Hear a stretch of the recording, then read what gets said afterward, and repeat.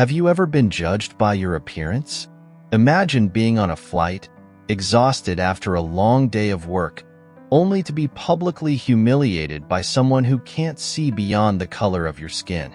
Today, you'll witness the powerful story of a black man who was expelled from first class by a racist flight attendant.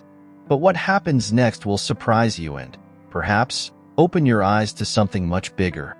Michael Johnson was sprinting through the airport terminal with his heart pounding. He had spent the entire day in court, defending yet another complex case, and now he was running late for a crucial flight.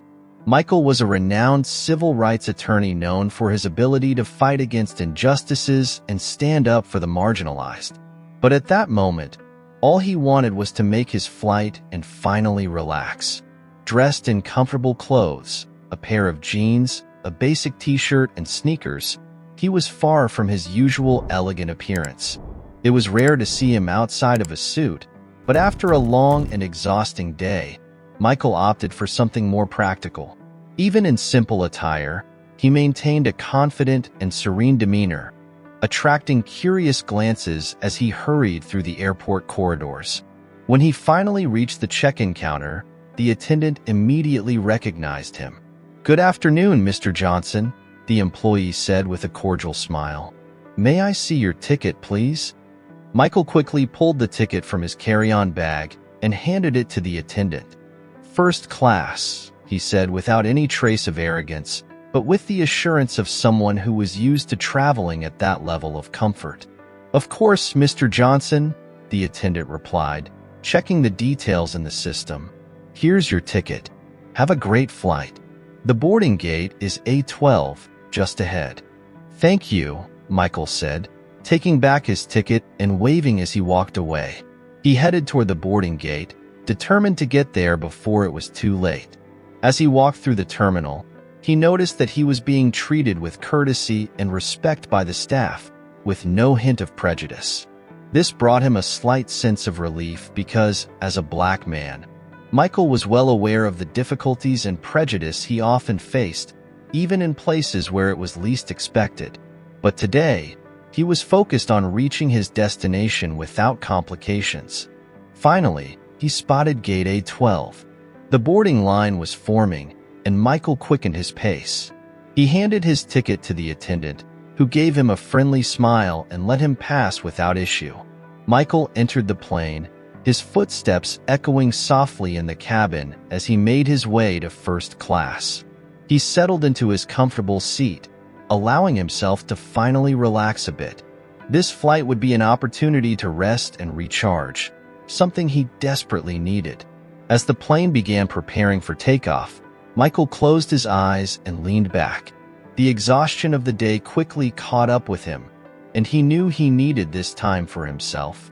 He put on his headphones, letting the soft music lull him.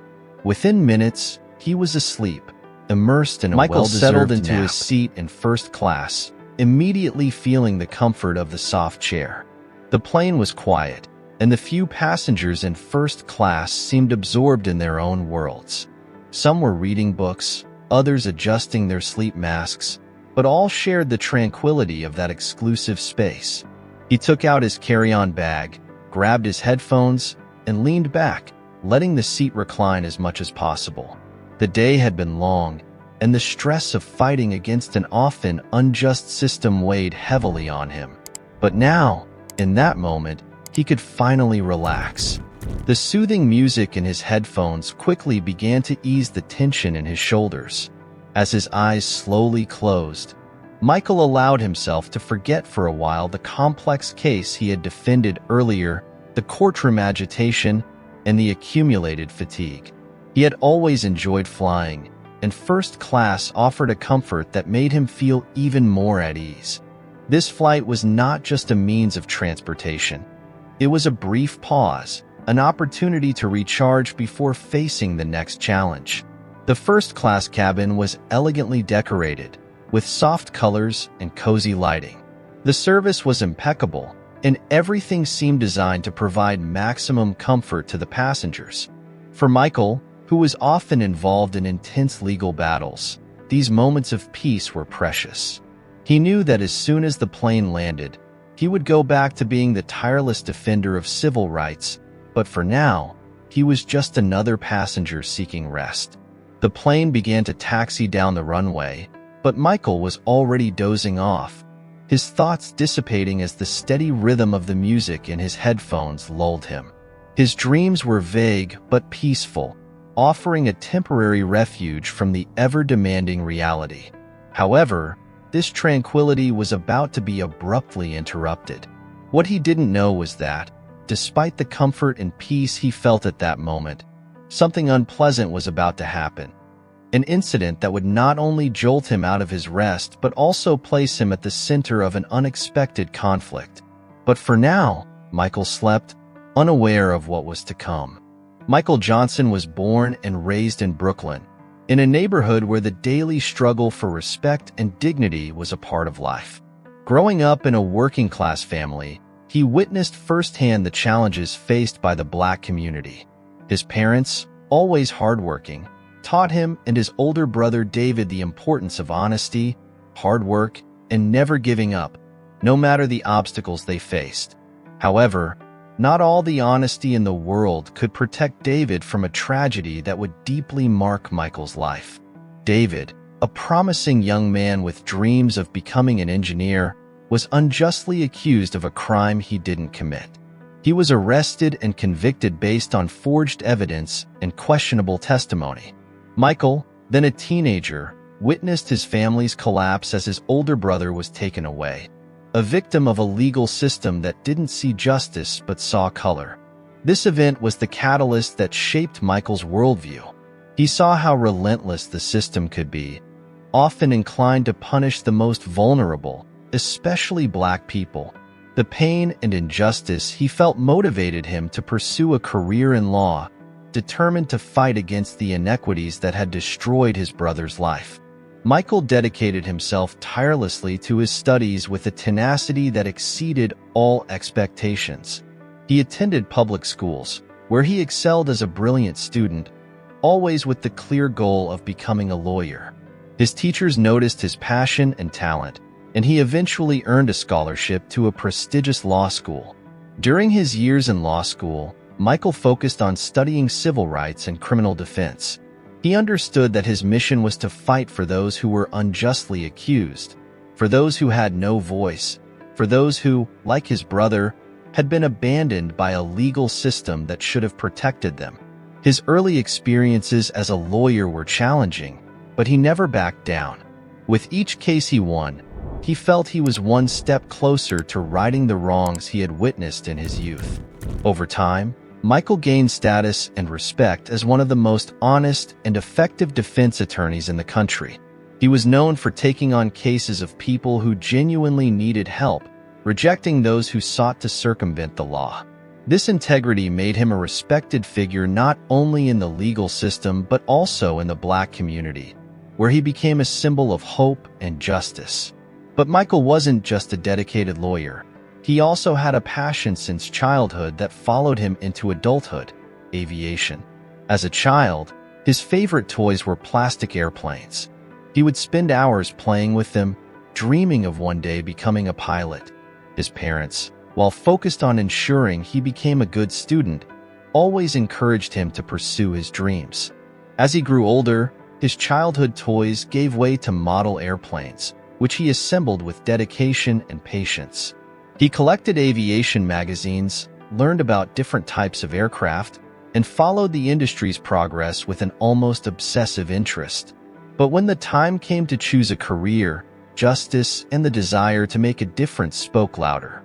Despite this, Michael never abandoned his passion for aviation. After establishing himself as a lawyer, he decided to pursue another dream: learning to fly. He began taking flight lessons, initially as a hobby, but over time, it became something more. He bought his own aircraft and eventually became one of the main shareholders of a major aviation company. For him, flying represented freedom, a way to momentarily escape the struggles and pressures of everyday life. And it was with this airline, in which he had invested so much time and resources, that Michael was flying now. He had never used his shareholder status to receive preferential treatment, preferring to maintain a low profile. For him, being treated like any other passenger was a way to ensure that justice and equality were respected in all aspects of his life. But as he was about to discover, not everyone shared this vision of equality. Michael was deeply asleep, the steady rhythm of the music in his headphones lulling him into a peaceful slumber. The first-class cabin was silent, with passengers enjoying the comfort and privacy offered. Everything seemed in perfect order until he felt a firm hand on his shoulder, shaking him insistently. Still groggy, Michael slowly opened his eyes. Standing before him was a flight attendant with a severe expression. She was staring at him with a look of disapproval that immediately put him on alert.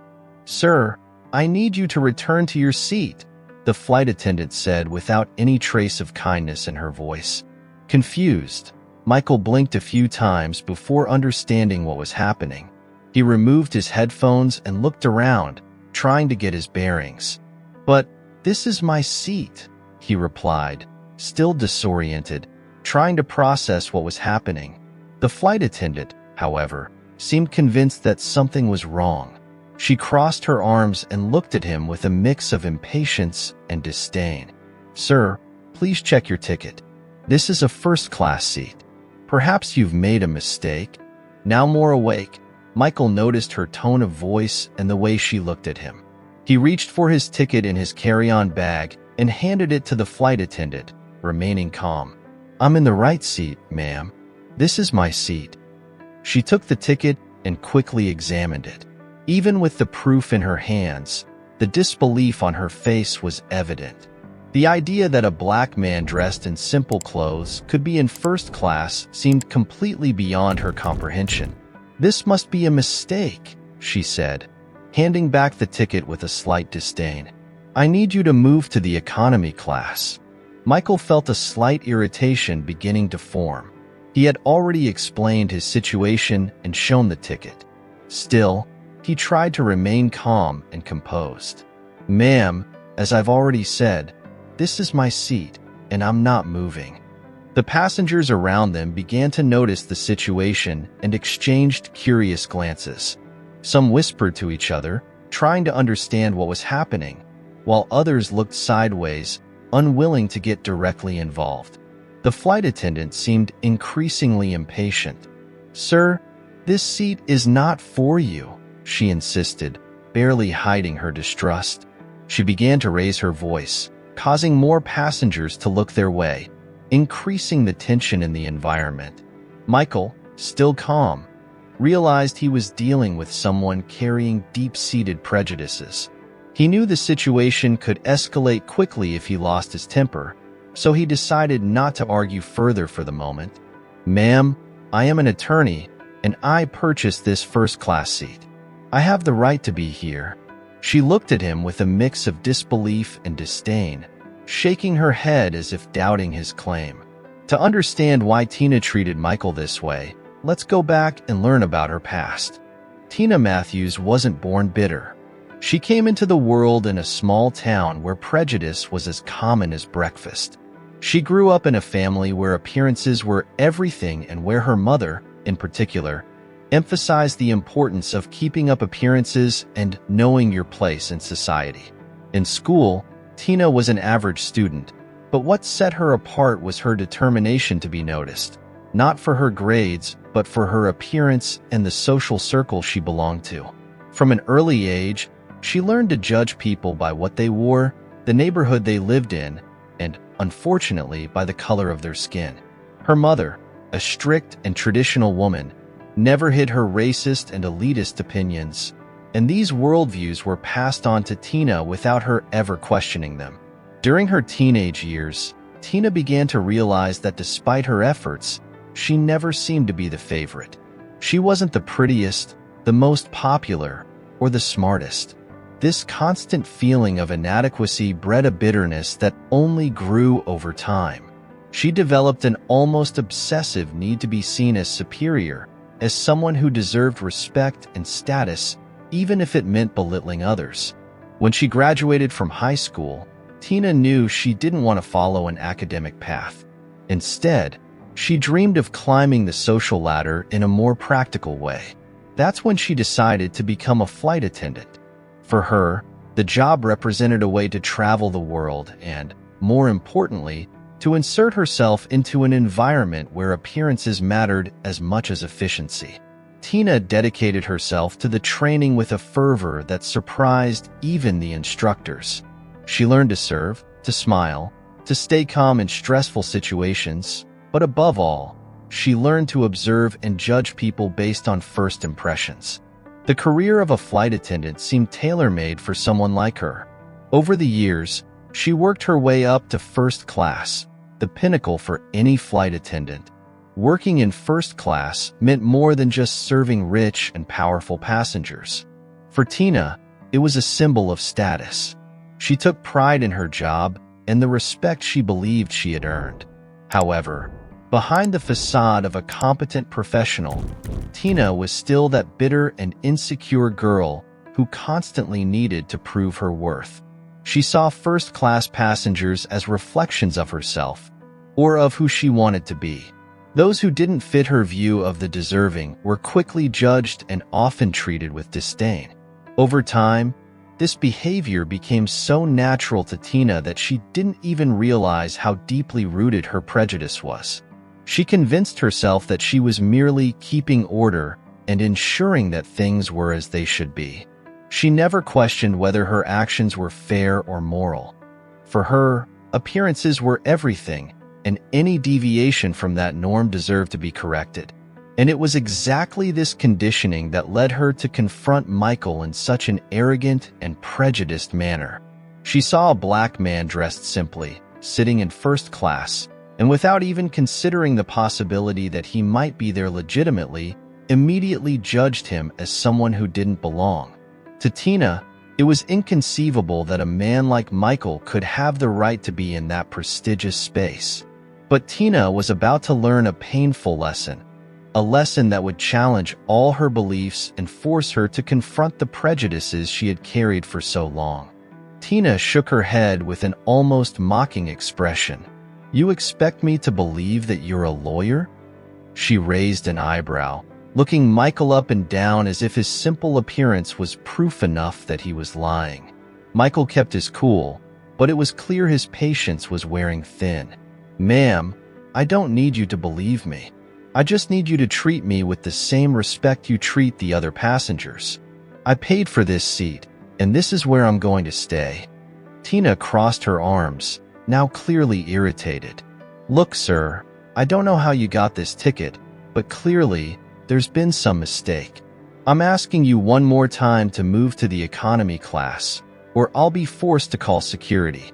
Tina's words, spoken in a loud and authoritative tone, began to draw more attention. The other first-class passengers looked around, embarrassed by the situation. Whispers emerged here and there, and some seemed uncertain about what was really happening.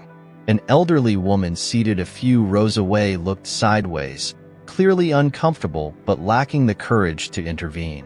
As the tension escalated, another flight attendant appeared at the passenger cabin door, drawn by Tina's raised voice. She observed the scene with concern, unsure whether she should intervene. The expression on the new flight attendant's face showed confusion and worry, but she hesitated to approach, sensing that something serious was happening. Michael sighed deeply, trying to maintain control. He knew that losing his temper would only make things worse, but it was becoming increasingly difficult to tolerate Tina's disrespectful behavior. He straightened up in his seat, ready to reaffirm his position when Tina, feeling pressured by the other passengers' stares and her colleague's presence, decided to take the situation a step further. "I'm giving you one last chance, sir. If you don't move now, I'll have to call security, and we'll resolve this in the worst possible way," Tina said, her face flushed, almost as if she were trying to save her pride. The murmurs among the passengers increased. Some seemed to support Michael, while others just wanted the situation to be resolved so the flight could continue in peace. The atmosphere in first class, once calm and comfortable, was now filled with tension and discomfort. Michael knew he was being treated unfairly, and Tina's behavior only reinforced the prejudice he had faced so many times in his life. He looked around, noticing the curious and uncomfortable glances of the other passengers. It was obvious that no one knew what to say or do. Just as Michael was about to respond, the cockpit door opened. The sound was almost inaudible, but it immediately brought an absolute silence to the first-class cabin.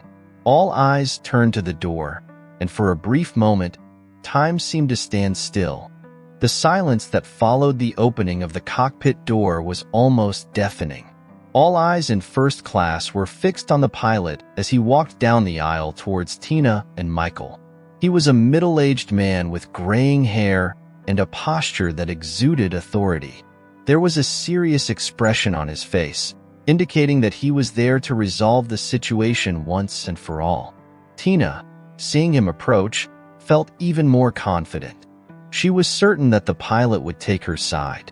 After all, she was just doing her job, maintaining order, and ensuring that all passengers were in their proper places. With this certainty, she assumed an even more haughty posture, ready to explain the situation and justify her actions. When the pilot stopped next to Tina, she cast a look of superiority at Michael, as if the pilot's presence was a guarantee that she was right. However, her confidence began to waver when she noticed that the pilot didn't take his eyes off Michael. A sense of discomfort washed over her, but she quickly brushed it aside, believing that everything would be resolved in her favor. The pilot looked at Michael, and a look of surprise and recognition appeared on his face. "Michael Johnson?" he asked, his voice filled with respect. "What's going on here?"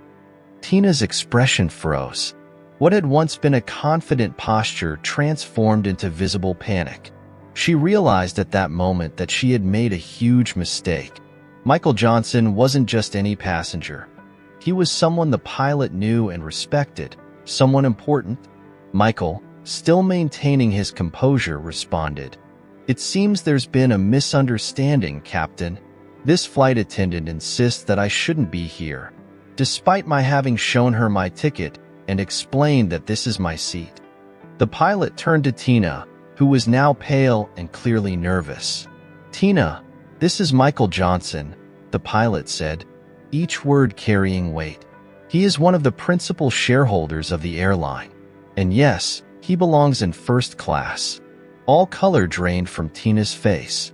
The shame and panic were evident as she tried to process what she had just heard. Michael Johnson wasn't just any passenger. He was an important figure within the very company she served, and she had treated him disrespectfully, prejudicially, and openly doubted his word.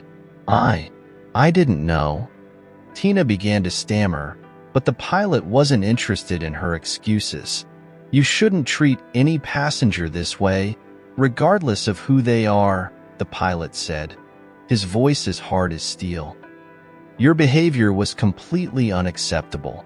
Tina, now desperate, turned to Michael, her hands trembling. "Mr. Johnson, please forgive me. I didn't know who you were. I didn't mean to offend." Michael kept his expression firm. "Ma'am, this isn't about who I am or what I do. It's about respect and dignity that everyone deserves, regardless of their appearance. I was treated unfairly, and that's something I can't just ignore." Tina opened her mouth to respond, but the words died in her throat. She knew that her apologies wouldn't be enough to repair the damage she had caused. The pilot, sensing that the situation was unsustainable, turned to Michael.